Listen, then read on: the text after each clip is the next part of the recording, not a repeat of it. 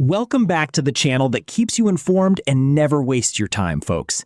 On today's breaking story, Ben Shapiro takes on Ilhan Omar over those controversial 9/11 remarks. And let's just say, this one hits a nerve.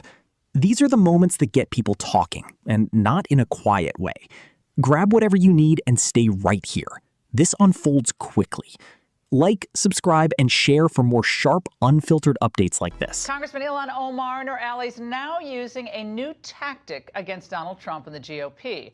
So after the president dinged the freshman rep in a tweet over her insensitive comments about 9/11, the freshman rep said that the mere criticism of her was akin to the incitement of violence. The media echo chamber, of course, was quick to highlight her concerns. Nancy Pelosi is asking the U.S. Capitol Police to conduct a security assessment for Congresswoman Omar.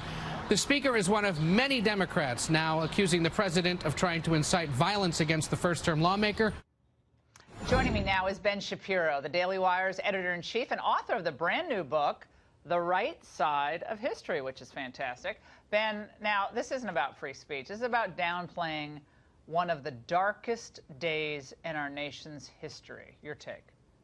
That's, of course, true, and she has a long history of not taking terrorism particularly seriously. In 2013, she did an interview in Minnesota in which she joked about people taking al-Qaeda and Hezbollah more seriously than they took America and England. And then in 2016, she wrote a letter in which she tried to have a judge be more lenient with people who tried to join ISIS, saying that, of course, these were people who only became violent because of American marginalization. And then in 2017, she wrote a column for Time magazine in which she suggested that America was rooted and founded on slavery and genocide. And in order for us not to look that in the face, instead, we focused on international terror. This is not someone who takes terrorism particularly seriously, so I am bewildered as to why quoting her would constitute some form of violation of her personage. It would be a violation of free speech or something nonsensical like that.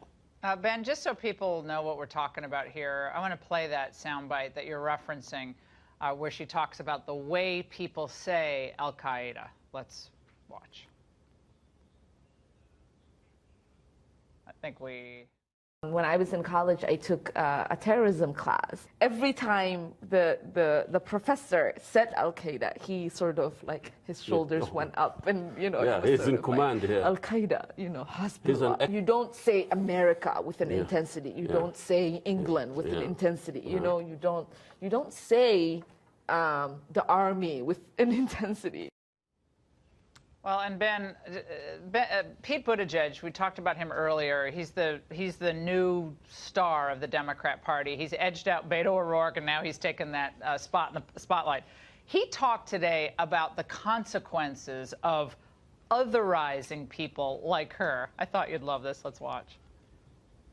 One of the worst things that's happening right now is otherizing people. And if we're wondering whether this has real-world consequences, look no further than what happened not long ago in New Zealand. And yes, by the way, the president demonizing Representative Omar is part of this. It's dangerous and it's got to stop.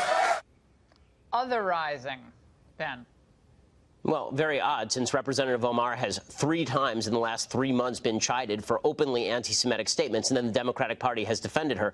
I'm amused to watch as the Democratic Party suggests that criticism and quoting of Ilhan Omar amounts to violent incitement, where Representative Omar can say whatever Jew-hating thing she wants on a daily basis, and that is not incitement. Now, I agree, it's not incitement in either case, but to pretend that it is incitement when it's stuff you don't like, and it's not incitement when it's stuff that you do, seems pretty irresponsible at the mildest. Ben, thank you so much. Great to have you on. The key moment comes when Shapiro zeroes in on that "some people did something" line. He doesn't just disagree with it, he frames it as deeply inappropriate given the scale of the tragedy. You can hear the shift in tone right there. This isn't casual commentary anymore. It's a full-on critique. What stands out is how he builds the argument.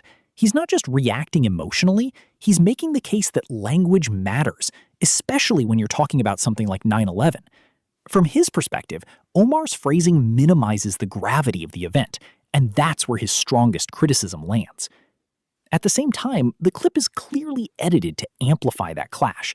It leans into the tension, highlighting the broader political divide between conservative commentators and progressive lawmakers. It's less about a back-and-forth debate and more about a sharp, one-sided breakdown meant to make a point.